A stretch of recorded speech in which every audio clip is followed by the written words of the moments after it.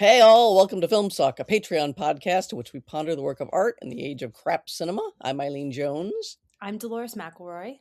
And today, before we get on to our main topic, I just want to do a couple of shout outs to podcasts that I've been happy to appear on as a very talkative guest on great topics. One such topic was Citizen Kane, that old canonical war horse.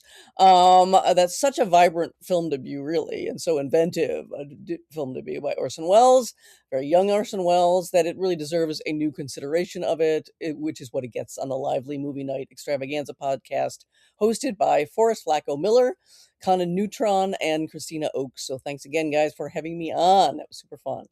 And I was also honored to be on one of the first episodes of an exciting new podcast called Death is a Photograph, Culture at the End of History, hosted by Chase Paduzniak and Sam McGilliga. We were doing a deep dive into Gen X movies via a kind of an unusual movie to choose, given that subject, which is Errol Morris's The Thin Blue Line. That's a celebrated example of the theatrical documentary boom of the 1980s and 90s. So we get into that in relation to Gen X. And there's one, mine is one of just the first, I think it's 7 episodes that are all up and available. And both of these are just Google them and they come up. So you can find them on lots of platforms.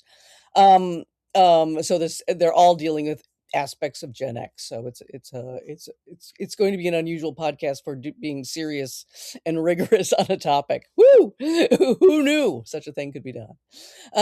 So that's it for today's shout outs, and let's move on to our topic today, which is we're talking about Jim Jarmusch's new film, Father, Mother, Sister, Brother, currently playing in theaters. It's a comedy drama anthology film about very strained family relationships that won the Golden Lion at the Venice Film Festival. Jarmusch calls it, quote, an anti-action film that avoids commercial expectations of such typically hard-hitting effects as, and all these quotes are from Jarmusch interviews, quote, drama, violence, revenge, sex, in order to create a film that's empathetic, delicate, focused, minimal, and deliberately simple, like, as he puts it, 3 flower arrangements. He's referring to the 3 separate narratives in the film. With Father, Mother, Sister, Brother, Jarmusch claims the initial catalyst for for this film, as well as most of his films, involved imagining what actors he'd like to see cast in to play what roles. And he's, of course, writing the roles at the same time. So he's thinking of actors as he does it. In an interview, he claimed the gestation of this film started when he was sitting in my house in the Catskills. This is a quote where I write, and I was thinking, wouldn't it be great if Tom Waits played the father of Adam Driver? So you'll see that in the first of the 3 sections. So the first 2 of the 3 narratives in the movie involve the emotionally fraught get-togethers of adult children with parents they rarely see and it seems barely know. And the third is about twin siblings who've lost their parents in a plane crash and return to their empty childhood home for a final visit. So here's the 3 plots in a little greater detail, just so we can start talking. The first segment is called Father. It stars Tom Waits as an old man living in a remote rural New Jersey home, who seems to be deceiving his grown-up children, played by Adam Driver and Mayim Bialik, about how badly he's doing financially in his apparently reclusive life. The next segment is Mother, and it stars Charlotte Rampling as a famous writer living in Dublin, who has an annual gathering for tea with her 2 adult daughters, though they also live in Dublin. And in fact, we find out they moved to Dublin to be nearer her, and yet they only see her once a year for this tea at her home. Cate Blanchett is, cast against type as her dowdy, well-behaved daughter. And her sister is played by Vicky Krieps. She's much wilder and leading an apparently sketchier life.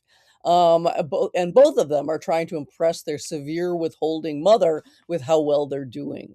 And then the final section is called Sister Brother. And it stars India Moore and Luca Sabat as adult twin siblings who reunite in Paris after losing their parents in a plane crash. They're already close, it seems, and they keep referring to their twin sensibility that keeps them very close.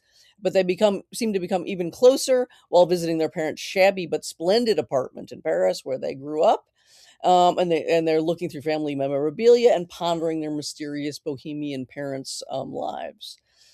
So before we start discussing all this, as usual, note there will be spoilers. This is especially important with the first segment that has a surprise reveal in it. So you're going to be annoyed if we tell this and you haven't seen it and then you go see it. So if you have any intention of seeing Jarmusch's new film, see it before we talk for sure. Okay, let's just dive in. So Dolores, what did you think of Father, Okay, Mother, Sister, Brother? I have an allergy to this sort of kind of like hipster filmmaking. Mm, It was so 90s to me, everything about it. Of course, that's like Jarmusch's, big era of flourishing. And it was ultimately redeemed for me by the third chapter. Jarmusch often works in chapters. mhm. And I thought taken together at the end of the day, the film had some meaning. But I have to say, it was a hard slog for me. And from the beginning, one of the themes of the film is the Dusty Springfield song Spooky. And there it opens with a musician who also collaborated on the score with Jarmusch, Annika, Mm. her version of Spooky. And it's kind of like Nico, it sounds like that. And I was like, I roll so hard. This is just like so hipster. And Mm, I'm dying that you said the one of the sort of like uh, ways that the film germinated was to be like, wouldn't it be awesome if Tom Waits played Adam Driver's father? Because that's exactly what the whole film feels like. yeah. It doesn't come from anywhere except like, wouldn't it be awesome to have these cool people in my awesome movie? Because I'm cool and I'm Jim Jarmusch. It's just like, gag.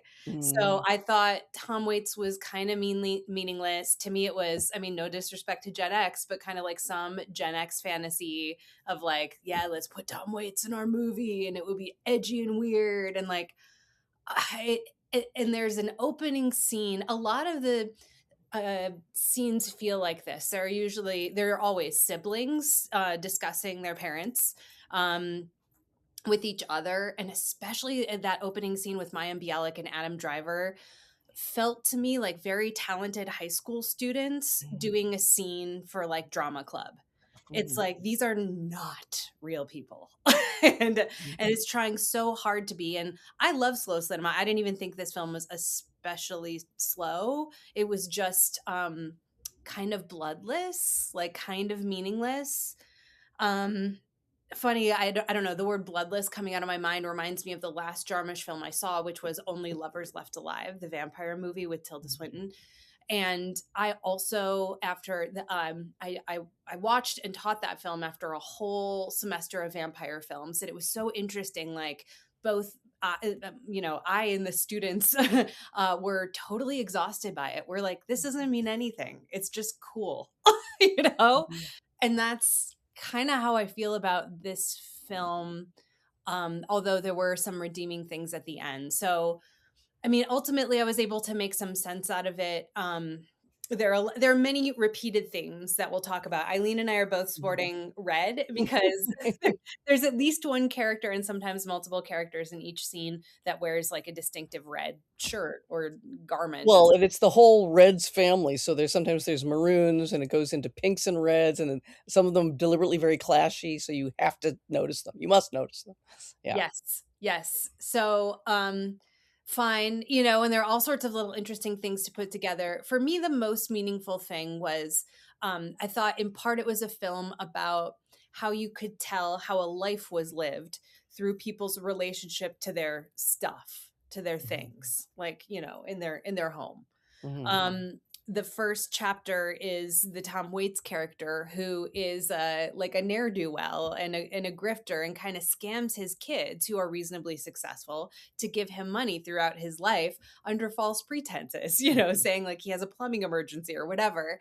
And it is revealed at the end of the skit and sort of throughout Mhm. that he's been squirreling away this money and buying nice furniture and a nice car and like great Mhm. clothes, and he's posing as a sort of um, like almost like mentally ill shut-in, Mhm. Yeah. who's like incapable of holding a job.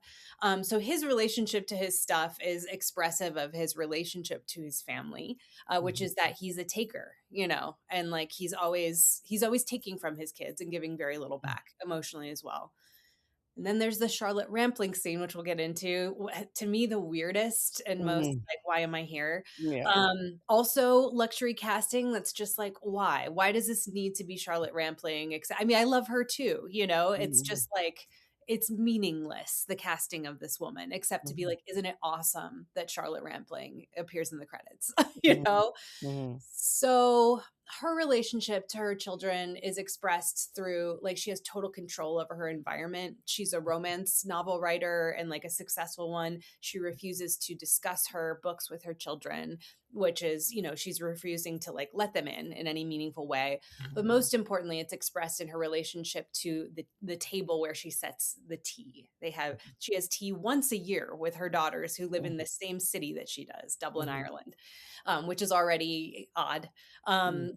And she is, she wants complete control over the presentation of that table. And Cate Blanchett, who among her two daughters appears to be her favorite, brings a bouquet that she tries to put on the table, but it just won't do. It's too big. It doesn't fit in Charlotte Rampling's like schema for her Mhm. life. So it Mhm. doesn't fit on the table, which means there's no room for the daughter's flowers, which can be extended to there's no room for the daughter. Mhm. Mhm. So fine. And the last sequence was the most moving. The Bohemian parents in Paris. First of all, those siblings were the only ones who felt like people to me, played by Mhm. India Moore, who I love from FX's Pose, Mhm. which is about like queens and trans women. It's the one good Ryan Murphy show She's in so the beautiful, I should just throw in. She's hypnotically beautiful. Oh my god.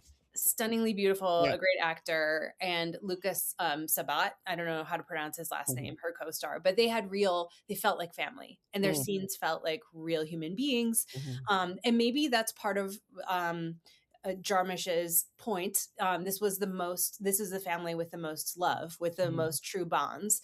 And it's all about the brother having cleaned out their parents' Paris apartment, which is not particularly fancy. I think it's in like Pigalle, Mhm. kind of a sort of rough, but also hip area of Paris. Mhm.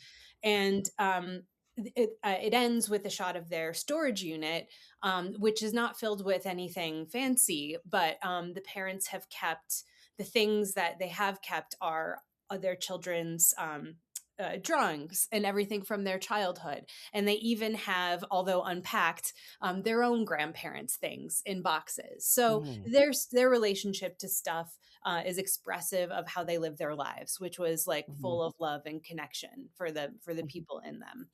Mhm. So that that third chapter redeemed things for me. Mhm. It felt like a real it had some real feeling, and it did make meaning of the previous two chapters for me where I was very impatient and Mhm. just like this is like too cool for school and too mannered and like why am I here?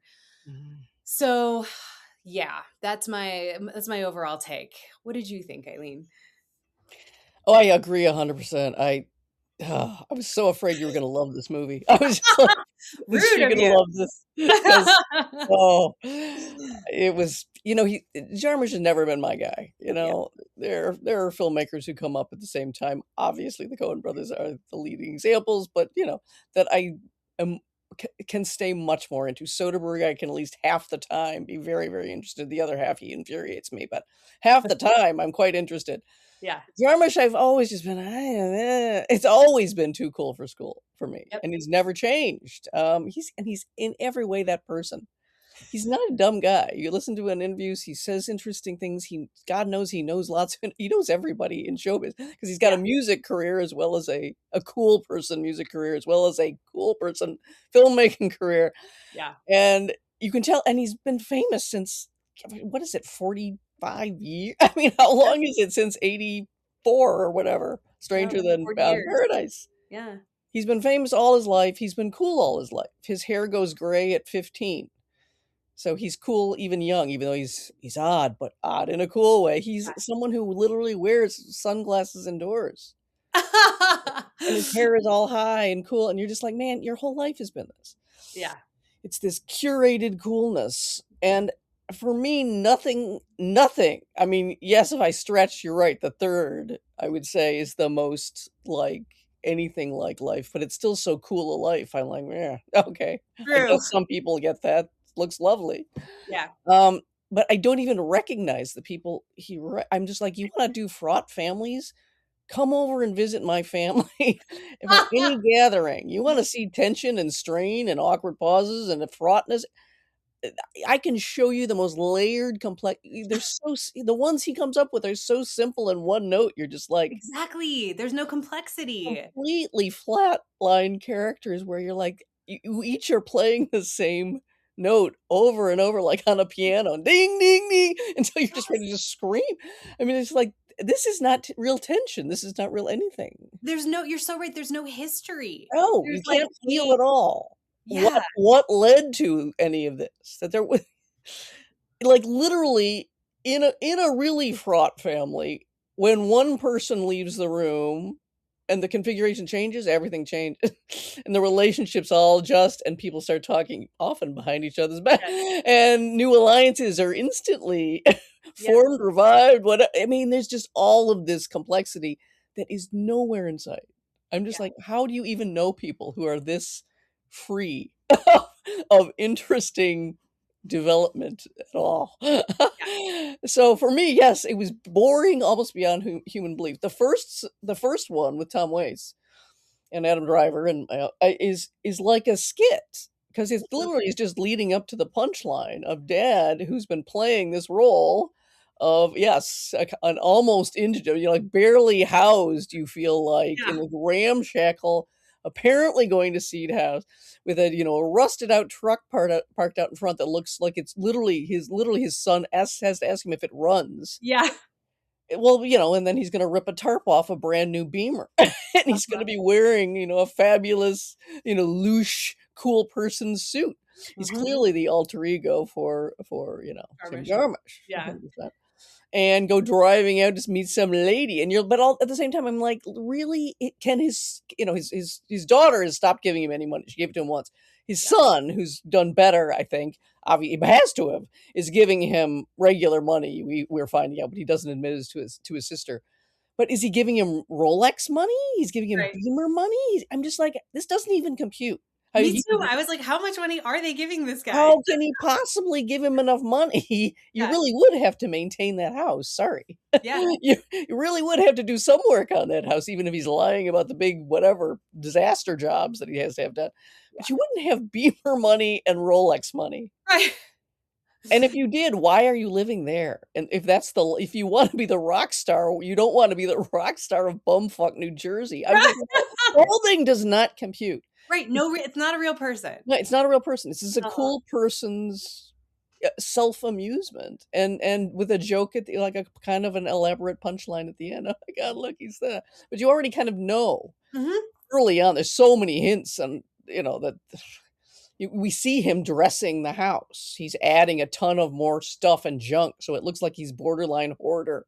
Yeah. The stuff piled up everywhere. He covers all the furniture with kind of ratty, blankets and coverlets of various kinds, so they can't see that this furniture is fabulous retro furniture in perfect condition. Yeah. So, we get many hints that this is going to be the reveal, and it's not worth having. Right. So I'm just sitting there going, "What the?" But if you read the review, and of course, glowing because it's Jim Jarmusch. He just won the Golden Lion. It's glamour. The glamorous casting is what wins people. Guess what? Critics I was reading were saying was the weakest sequence, the third one, with the lesser known actors. That's I've seen people say wild. that was the badly acted section. I'm just like, what?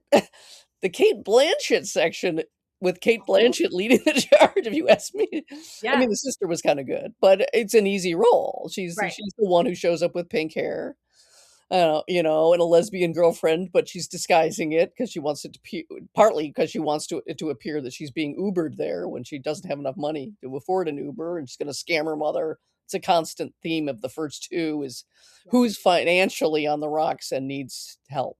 Yeah. Um, and, and they're both just portraits of estrangement that, again, have no depth to them. So you just have to sit through these boring interludes of no one can think of anything to say because none of them know each other. And apparently none of them really love each other because love can still exist in the most tortured relationship, in the most awful relationship. And here you're kind of like, is there any? You just, maybe some going toward mom in the mother sequence, but again, you can't feel the weight of it on anybody. So I was just so impatient. It was just really hard for me to sit through, even though it looks just beautiful. I mean, really, the cinematography, which is always the cliche thing of what you say about the independent art film that you don't care for and you're bored by, but the cinematography is beautiful. Sure is. Yeah. And there's motifs that mean, I know just from listening to interviews, there's motifs that mean a tremendous lot to Jarmusch. Skateboarders to him are practically magical beings of physical freedom and autonomy. That was lovely. And he does do lovely shots. So you're seeing these very constrained peoples in their cars. He loves driving scenes, Jarmusch.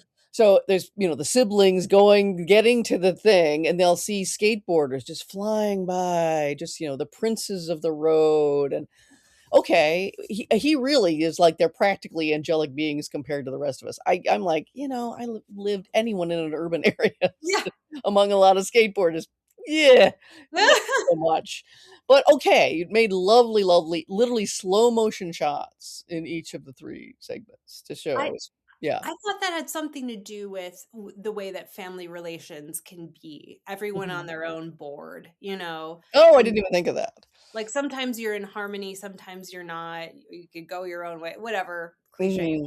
But that's kind of how I saw it. Yeah, but there's no question it's an admiring gaze that seems to contrast, especially the first one. It seems very much these 2 stiff characters playing their high school scene in the car versus the skateboarders just, flying along.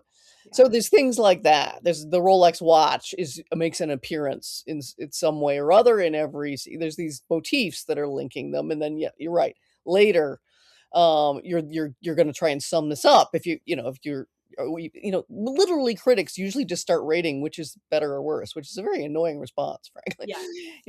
Presumably they're together for a reason and they're working on themes and all this other jazz, but amazingly how it's like rate the best, rate the worst, and you kind of can't help it, especially if it's a very uneven viewing experience, which isn't there. I'm not a huge fan of the anthology film. There's lots of them. You've seen them. I'm trying to think of some. I listed some: Ballad of Buster Scruggs, Magnolia, Creep Show, Shortcuts, Fantasia, Dead of Night. Separate vignettes. Sometimes they're more linked than others by motifs, by a single character who somehow connects to each. There's all sorts of ways. They're totally separate chapters, all sorts of ways. Not that there aren't great ones, there are that I like, but there's something about the satisfaction of the fully built out film that gives you the 90 minutes to 2 hours to over whatever it is. It's like it literally is. Do you like short story collections? Do you like novels better? I'm a novel person all the way. It's not that I hate short stories. It's just you can't sink in as readily. So I'm not a huge fan anyway. So there's all this not a huge fan of Jarmusch for sure, not a huge fan of the anthology film. I always kind of go, oh, it's an anthology film. I have to go. But, in his mind, he's not, it strikes me as a minimalism, and we always associate with Jarmusch. There's a very funny story of him being mentored by the notorious Nicholas Ray. In his way back in his NYU years. And he submitted a script to Ray, and Ray gave it back after reading it, saying that nothing happens. Take it away and make something happen. And Jarmusch, of course, took it away and took out some action and events and brought it back. And Ray, being Ray, total renegade, liked this response very much, that he doubled down. He refused to do what he was told. So now he liked it. So this is, it's a very Jarmusch thing. It drives me mad. He loves all the interstitial stuff we don't count in life. So car rides, the thing like Alfred Hitchcock would say, movies are life with the boring bits cut out. Jarmusch wants to make a movie about the boring bits, Right. So coffee and cigarettes, you're taking some break. It's when you're not taking what you consider that meaningful in action in the world, and that's what he wants to shoot. So that kind of approach to film is for him huge. But he thinks he's being empathetic. This is a hugely empathizing film, which to me is amazing because I'm just like, if you can empathize, you can really dig deep. You can really get in to who these people are, and I just could not feel it. Did he say that it's a film about empathy? Yeah, this is supposed to be a film about it. Okay, that's shocking to me because I thought it was just in the first two segments just a complete damnation of the parents. Oh yeah, With like we get no sense of why they are like they are. Yeah. And he does want to emphasize, one thing that he did want to get across, according in interviews, is how parents can remain quite mysterious to us. Like we can't really know them. He takes it into a very little direction in the first one, in that there's, it's the whole thing's a con. There really are these secrets that aren't being told. And the second, she communicates nothing in this very overt way. Yeah. To me, I think it's just the baldness of his scenarios that makes it like, that's not interesting. The way parents are mysterious to you they don't have to be literally keeping secrets from you. Right. Exactly. Or withholding from you to be mysterious beings to you. Right. Very forced closeness of the relationship contributes to, I think, people want to save something for themselves, and there's just something you can't read. You're too close to be able to read them. Right. Wholly. So there's more interesting ways you can go about this idea. This is another thing. He has ideas that I'm like, they don't get executed. Yes. Like, not fully. Yeah. It's all ideas. I mean, that's it. It's all an idea, and you can see it from a mile away. It's like, I see your thesis. Like, why don't you wrap me up in a world that I feel is vibrant and alive, which is not what you're doing. This is and emotionally, it's just very hard to get to. You have to do a lot of work to get in. Right. Yeah, like the whole spooky reiterated song. I was just like, I don't get it. All I get is that finally it's the Dusty Springfield version at the end with the Bohemian kids. And I'm like, my mental math was just like, well, this is the good family, so it's the good version of the song. Of the song, yes. It's a good song. I know. I was also like, okay, this is a good song. Exactly. The only hook that I could come up with was just literal, was about the lyrics, was that it's someone who's in love with a guy who's spooky because he's hard to understand. And I'm just like, that's so nothing. I know. I can't be getting this right. I can't. Right, exactly. There's got to be more than that. I mean, it's to the point where Cate Blanchett is playing this very dowdy, anxiously trying to do right in a very middle class way. She wears these horribly dowdy, like a red turtleneck with a blue button-down shirt tucked in to a badly cut gray. I forget what she was wearing. Gray skirt. She's got these kind of horrible, thick soled. Chunky shoes, knee socks. You can't think of more ways that she could make herself look off.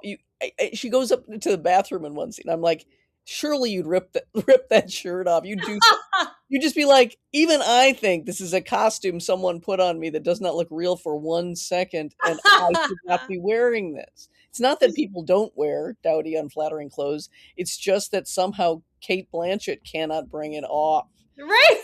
Exactly. In any convincing way. She's so much a person in makeup, and who's just come out of hair, makeup, and costume. Yep. She's got like a bowl cut. Big big ugly glasses. Yes.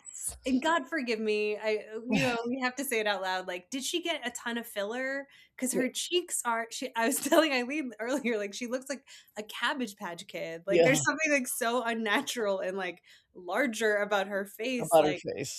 Can you guys stop doing that? Yes. It was just filler and not, we had to do something to make her look less glamorous. And there's so much of her glamour hangs off those amazing cheekbones. True. That's all I could think of, is they done something to her. make her I look hope it's for the film and that's not her face now. I don't not her know. face now.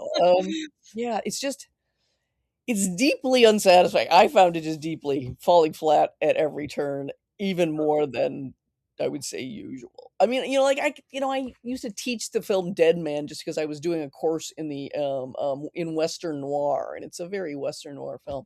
Mm, And I don't love Dead Man by any means. It's very arty in a way that I don't love, but it's still coherent and interesting. yeah. um, way beyond what this is. This is just like an but to hear Jarmusch talk, he's every bit as engaged. He's every bit as into this. He loves working with his actors. It's hugely collaborative. That's also surprising to me because usually you can sort of see that actors are like, wow, I get to play this guy, whatever. And you could see this would be very catnippy to actors. Like, Mhm. you're not going to play anything here. Like, you're the total withholder. So how can you bring that across? You have almost nothing in dialogue. That Mhm. middle one was maddening because you're Yeah, it right. was bad. They want Charlotte Rampling because she brings she always has ferocity, even in her most still ladylike kind of demeanor. So Mhm. you're constantly waiting for her to lash out or do something just feral. Mhm. And so that's what she can just bring as part of her equipment. She is a formidable person. So the mother who can sort of hold off and tamp down, in the beginning of the scene, she's talking to her therapist, and she says something like, "This was such a," the therapist is the one who recommended she do this once a year tea, and she says, "I just have to make sure I don't let them stir things up." So I'm Right. of course, it's to Chekhov's well-made play. They've told us it's gonna happen, so it's gonna happen, and then nothing Nothing stirs, happens. Yes, nothing. exactly. I mean, you're even thinking there's gonna be passive aggressive nastiness going on, and even something like the Wilder daughter saying, Charlotte Rampling's character says, "Shall I be mother?" at the teapot. If you don't know that expression, it just means, "Shall I pour out for everyone in the Mhm. mother role?" And her Wilder daughter says something like, "Well, you might as well start sometime." Right. A really snotty line, and I'm thinking, "Oh, she's gonna be made to pay for that Mhm. down the line in the course of this tea." Absolutely nothing ever happens, and I'm like, Right. "Well, is she that formidable then? You can take a pot shot like that at her." Yeah. Oh my god, when I think of the formidable figure in my family was my father, my silent father. I would no more have dreamed of taking a shot at my father, even though he never did anything. It's not like he didn't have to do anything. Yeah. He exuded a storm cloud over his head that was black, and you were Uh-huh. just like, I would not have taken a shot at well, why not just commit suicide right now? I just no. But this is like, are you afraid of her or not? Mhm.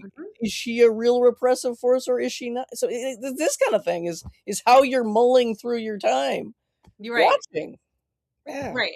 And just guessing like, "Whoa, so what caused this? right.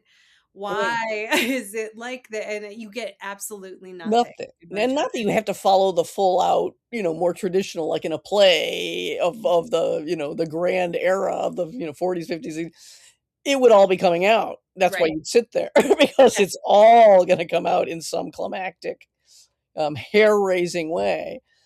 But you also don't think nothing's ever gonna come out. That you're not just gonna sit there comparing reds and maroons and pinks and Right. going, "Why are they there? Why is everyone wearing meh?" And like lately I've been wait, Eileen, what's the last film we saw? I feel so crazy. We did Oh, it was Song Hugh Sung Jackman. Blue. Oh, that was lovely. Yes, which we had a Yeah. lovely time. Yes. Was With, I far less what? Aesthetic skill set being shoved in your Yeah, face than is in this film. But exactly. for the impact off the charts compared, because it's not trying to be cool. Yep. It's And this is the I think opposite.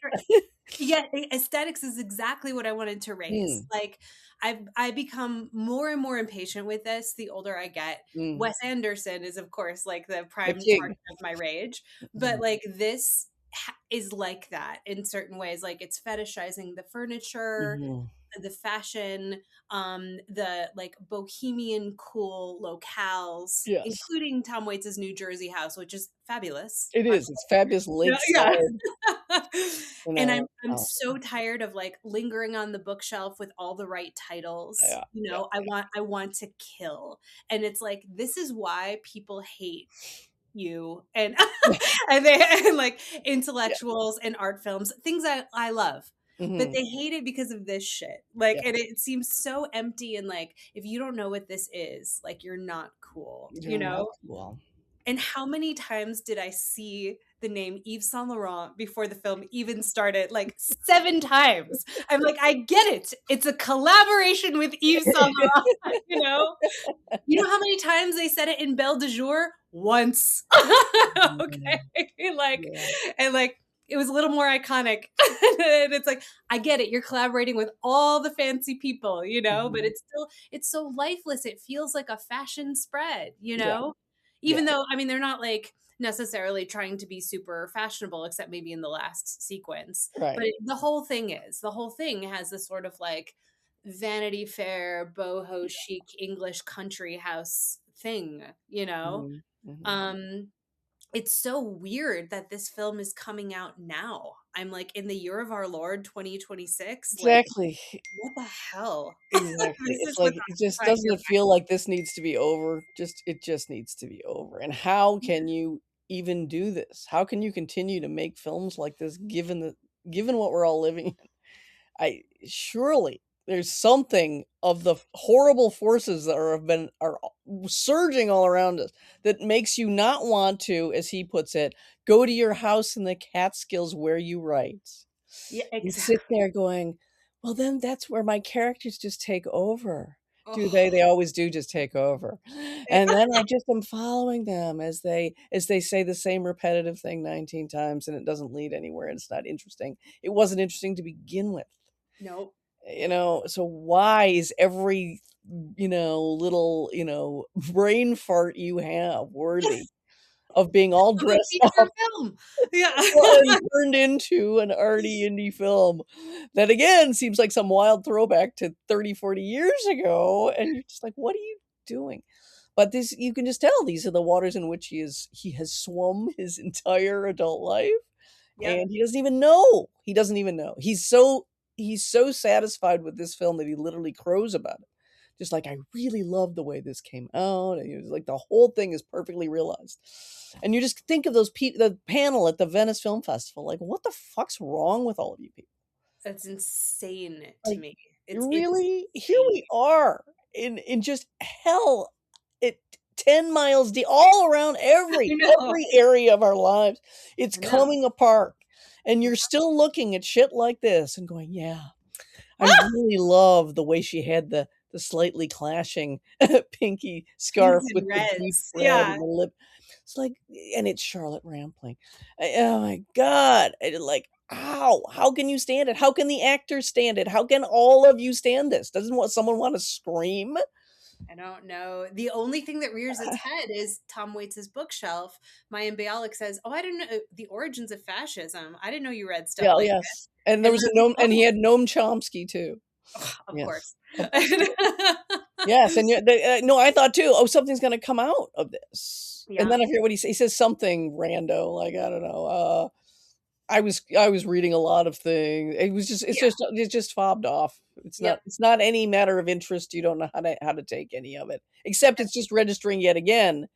The 2 children keep making puzzled remarks because they can't figure him out. They've never been able to figure him out, et cetera, and you're like, surely by the end of this sequence, a 3-year-old could figure this out. Right. Like, he's grifting you. I mean, because Yeah. they keep doing things, the son lifts up the tatty, blanket or whatever that's on the couch and is like, "Geez, your furniture why is this on it? It looks like it's in really good shape." They just keep making discovery after discovery after discovery, Yeah. telling you very plainly. He's claiming to have another emergency at the back of the house, but he won't let the son go back and look at a pipe is burst. I mean, that's an emergency you wouldn't be sitting down for. Right. Right. That isn't even plausible. So I'm presuming Jim Jarmusch knows actually nothing, doesn't do the upkeep on his own houses, because no one would be sitting there Right. if a pipe had You're burst. just gonna let water The hemorrhage. water would be coming in and up to your ankle. The hell? Yeah. So obviously, there's no Piper. He's just looking forward to hitting up the son for more or getting more money at the time, which he gets at the end. His son slips him who knows how much. Yeah. So okay, but the scam is so obvious. No one's that dumb. No one.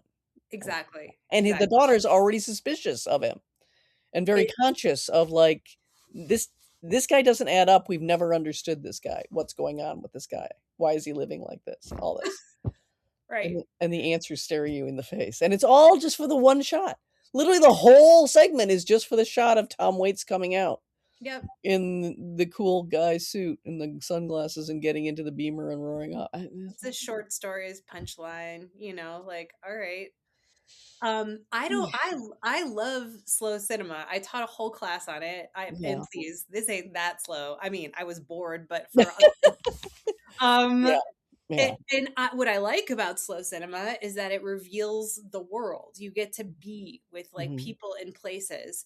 This didn't do it for me because No. these people and places, there's something not real. Mhm. And I'm not asking for like literal realism. I'm asking for like emotional resonance. Like, hey, this has something to do with people, how people actually live their lives in the world, Mhm. which for the most part, it does not. At least Mhm. until that last sequence where it feels like there is some real love in that Mhm. family. But again, you're so right. Even the Bohemian parents are so cool. Like they have multiple IDs. They look fabulous. They're beautiful people. They've lived in Yeah. the world, They died piloting their own little, two-seater small plane plane over the Azores or or something. Azores, as I like to pronounce it from this film. Mhm. And I don't know. Yeah. So that it also I seems mean, in odd. the apartment where supposedly they have no money. When they die, they're 3 months behind in their rent. But Yeah. it's like many, many roomed Yeah. wood flooring, like really high Beautiful ceiling. period molding, Yes, beautiful. You're just like, wow, this is your and it's just come on, it's a Paris apartment. You're just like, right, holy God. right. So you're living very large somehow or other. And yes, and cooler beyond cubed, cooler than now, even though the two kids are incredibly cool. And Yeah. what's weird is they keep talking essentially about being cool. They keep Yeah. talking about the square people in the square world. And you're like, That was so really? weird. Thank you for mentioning that. I was like, who uses Who the says verb square? cool? Yeah, who says square and who is cool keeps talking about an effect that your parents were cool and you were cool and Yeah. Yes. Thank maybe you. they That was do. I don't know. I don't know. Perhaps enough cool people. Perhaps it's a constant topic of conversation, and they all say everybody is square. I don't know, but it was a bit much. Yeah, Yeah, you're right. No, that did seem unreal and yeah. silly. I What did you think of the segues? Most of these, I thought they find some way, in between. And not only is there a connecting motif or theme or whatever it is, but yeah, usually you go from one to the other. And they find in this, there's like very close up abstract imagery of something. It's hard to tell what you're looking at, and then it'll right. kind of start fading up into what looks like old home movie footage of trees or things, something like at least in the very beginning. I Right, or can't like even remember. lights in a tunnel, It's in like a car lights tunnel. in a tunnel or something. I don't know. But the first stuff you're seeing, you're not sure what you're seeing, and it lingers quite extensively, especially at the very beginning before you get into the first segment. So that's the connector, and to me, it was just like, God, this is so old time art cinema. I don't know what to. Is he trying to do kind of retro abstract imagery art cinema? I didn't know what to make of this, what it was doing or having to do with, or. Okay, this is my so one thing I got annoyed at is like I think this guy fancies himself Ozu. Like he's Ozu, you know? And there's something about, Ozu is also famous for showing the anticlimactic moments of like Absolutely. family relations, right? Mhm. So everything that would be in a melodrama, every scene of conflict, Yes, he's out. is get taken out. Yeah. And instead Mhm. you do see the fraught, boring Mhm. conversations. Yeah. And the only thing I thought of is Ozu. And by the way, Jarmusch ain't Ozu. Oh my Ozu is god. so much more moving, So so nice. much more true. Yeah, Like, that's the thing is Ozu will kill you emotionally by the end. You will be yeah, devastated. I mean, if you even watch his, just I think his most famous is probably Tokyo Tokyo Story, Story. Yeah. which I had to teach multiple times. It's just it's filleting. how you feel when the sanest, most sensible family member says, yes, the famous line, yes, life is very disappointing, isn't it? It's just like, oh, I see. I can't even think of that film because it's very much about a film where children. There's a huge generation gap, and the children have lost their emotional connection to their elderly parents who are visiting them, and the mother dies while she visits, and it just kills you. But it's so, again, yes, subtle, tamped down, not over, never overstrained in any way. Mhm, So quietly done, but it'll just murder you. This is the opposite of that. mhm, Opposite. mhm. And one of the things Ozu's famous for also are the pillow shots, Mhm. like transition Yes. sequences often, right? Which are Mhm. abstract. For Mhm. him, though, the abstraction often comes in the form of like he'll linger on like a vase. Yes, a domestic object. Yeah. Yeah. Or telephone wires or Ah, whatever. And it's, yes. it's not necessarily related to or setting the scene for what's next. Mhm. It's kind of a moment to like digest what you just saw Mhm. or whatever. So I thought, all right, I guess these are like pillow shots, but all I can think is like it's obviously, or to me, it seemed a bit obviously inspired by Ozu, but Mhm. like definitely not making Ozu, not making Mhm. that grade Yeah. because it's not remotely moving, except at the very end. I did think the Bohemian Parents storage unit was moving, Mhm. and the fact that it was not full of luxury, but was full of like grandparents' boxes and kids' Mhm. drawings. Yeah. Yeah. Yeah. That would be my take. I feel like he's trying to do pillow shots and Yeah. he I would have thinks liked Pillow Shots so much better. That would have made so much more sense because yeah, there's so much, there one of the themes is yeah, the how revealing or not revealing are people's homes and people's mhm. belongings, as Dolores already indicated. So it would have been nice to have the pillow, Right. the face, the That would have made a lot more that sense. would have made a lot more sense. So that's why I was just like, I don't understand why we're going full arty, full avant-garde here. But I Right. was so Full often abstraction. going, "Yeah." Yeah, I don't know why. And there's 'cause it looks another cool, I mean, Eileen. it isn't that puzzling because, he says a lot of things that I was really trying to get into. I had a feeling I was gonna have this experience, so I was, like, trying to get in more sympathy because, again, not my filmmaker. So, Yeah. and again, he's not dumb. He Mhm. does seem to want to do some interesting things. So he certainly talks about, like, wanting to convey, um, the kind of experience when your parents are now gone and you kind of encounter the space that is without them now, and the Yeah. gap it's gonna leave in your life and all that jazz. Okay, but that's, again, pretty basic, and I'm not sure he does something, again, the belongings that tell you something. But Yeah. he talks about, this is a film that's designed to be in theaters, which is becoming a more and more urgent thing if you're following at all what's happening in the world of movies, which is the world of cinema is dying horribly. It's Mhm. incredibly under threat in the United States, and it's Mhm. now become practically a brave cause to take up if you're a Mhm. filmmaker trying to make films for the exhibition Cinema, in yeah. theaters. Netflix is probably going to be, taking over Warner Brothers, and there's just more and more of this streaming services incursions on how long films run in theaters. Now we're Mhm. down to Netflix's 17-day release, which just means almost everyone is just going to wait till it comes out, Yeah. which everyone knows exhibitors won't do it. So actually, you've wound up with commercial films. I don't know if you're following this, but like Wake Up Dead Man, the new Knives Out movie was playing in art house theaters because the main exhibitors would not go along with Netflix's 17 days only because they're like, that's ludicrous. We do minimum 30 days. Even 30 days isn't a lot. Right, why do they wanna kill that? Why would you not want that revenue? Netflix executives have been on record as scorning the whole theatrical thing and just saying it's over, it's on, the audience doesn't care anymore. So why? I mean, just the outright movie killing. Of course, when the big outcry came out over them possibly taking over and probably taking over Warner Brothers, Yeah. they started walking back some of the more awful remarks that have been made. But they're not kidding anyone.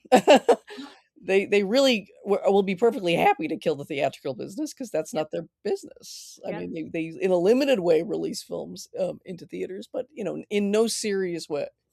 They no longer think audiences want it at all, and unfortunately, they've got a case. Mhm. There's still tiny groups of people who will still go, but usually it's for some gigant Gundor special effects potential IMAX screening. You have to see it, huge kind of film. But anyway, so Jarmusch is one of them, and there's a number of people from his generation who are trying to make a commitment to, I want to make theatrical films. I want them to be shown in theaters, and this is why, and this is great about the whole cinematic experience. What's proper about it? We Mhm. didn't really go into why this is such a theater film, but it seems obvious. But I think we should at least talk about it. Is it? Because I think a lot of I people would know. say it would lose nothing, but I would say I couldn't have stayed with it. Exactly. That's exactly my response. There's no way I could I have sat through this if no, it were on a smaller screen. it And would all have of been the like abstraction would be lost, right. and you'd be so bored that You you'd would. inevitably peace out. So it's almost like the worst case. It's like, Yeah. this is a movie that if you didn't pay and get trapped in a dark box, you you wouldn't make it. Right. Not with our especially not with our viewing habits now. I mean, I was with friends, and we used to be mad on film when we were young, and we went to just everything. We went to films constantly. Yeah. And what I miss most is we went to so many films that you could see these sort of odd films that weren't particularly great, but had something cool about them or one great Mhm. performance or what, and you didn't resent it. You were paying very little. It was still quite cheap to go. Mhm. It was still enough of a habitual thing that people just went, Mhm. more than they do now, for sure. Mhm. And so you saw films that were interesting in sort of odd angle ways that now you probably wouldn't. Now Yeah. there's a kind of rationing. Not only is it being rationed for us, fewer and fewer films seem to get released. They're in shorter and shorter release, blah, blah, blah. They're Mhm. more and more, if they're odd, they're in ultra limited release. They might not even get to where I am. Mhm. So there's all that kind of counting against it. Plus, it's our own, we're now very much hooked on watching so many things on TV that we would have once been willing to see on film. I mean, I remember there's one film, now I can't even remember the name of it. Oh, shoot. That I went and saw, but it had Mark Rylance got to play the lead. He plays this tailor.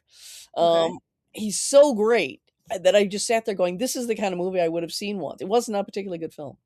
It was not. Mm. He was just great in it. I Mhm. mean, he was so phenomenal in not only being this tailor, but being this tailor who's got something formidable in him that you can't figure out. And in the end, it becomes too literal and they kind of wreck it. Uh-huh. But you're fascinated by, who is this guy, this little tailor running his little shop, da, da, da. He's a primo tailor, Yep. so he's formidable in his field, but you keep feeling like there's something more. And he has this interesting relationship with a daughter-like figure, but it's very small scale, and you would never go now.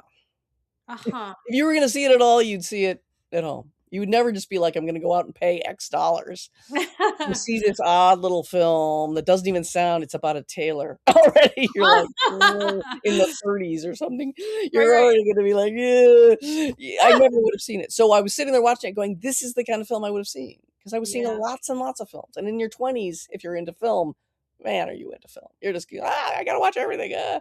Yep. And that's what I miss the most, is that's what's gone. It's Yep. almost unrecoverable. It would have to be a great act of will to Mhm. get yourself back into that, and nothing about our situation makes it easy. You'd have to really dedicate yourself. So that's all lost, and I don't know, maybe even this Jarmusch movie that I could never sit through at home, Yeah. made me go see it. I certainly didn't love the experience, but No, I mean, that's why I suggested we see this, and that's why I did. Everything else at the theater was Avatar or something like it. oh, yeah, we're in I an can't. especially drecky period right now. That always happens right after the end of the year because everything that was gonna be up for awards has been shown, so they just dump whatever mess. Literally, I think the big title was Greenland 2, which is Gerard Butler, who used to be an A-lister and is sunk to, like, C-list. It's some action film sequel that I never heard of in my life. It's I like thought the that was main just like the news headlines this week, but yeah. Oh, I know. My God. So yes, so that's the, I had literally, I had nothing. I put on my pitch to Jacobin, what's playing, what might I review? I wrote, there is nothing to review. Yep. That anyone would really care about. So I guess it's vacation time for me. There was the first 2 weeks after January. It starts picking up toward the end of the month. There's a little more interesting things, but it's a pretty bleak period. Usually the first couple months after the award season, films are all shown. So anyway, this is what to say. I think we've said everything we can say. If it is a theater film, it's for kind of negative reasons. It would because the immersion of the theatrical experience might keep you awake. Might keep you I think that's it for our episode that we have called, what the hell do we call it? Father, Mother, Sister, Brother. What do we call it again? Here's to strained family relations, because that's another thing. Everybody keeps toasting with water or tea, and or then coffee. Or coffee, and somebody will say, "But can you toast with water or tea?" Yeah. It's not. It's, I don't know. I don't even know why that was a thing, but right. So that's it for this episode. And we thank you, dear listeners, and triple thanks to our subscribers who keep us in Yves Saint Laurent and luxury casting. If you're not a subscriber yet, but you like what you hear, please consider signing up with Patreon for all the Film Side content instead of just the half that's available to the public and is now also available to view on YouTube, including this episode, starting on January 13th anyway. And you can follow the news of the podcast on Facebook, Instagram, and Blue Sky. Join us in 2 weeks for more fabulous Film Side conversation. And until then, we wish you happy viewing, happier than we had this week. Bye now. Bye.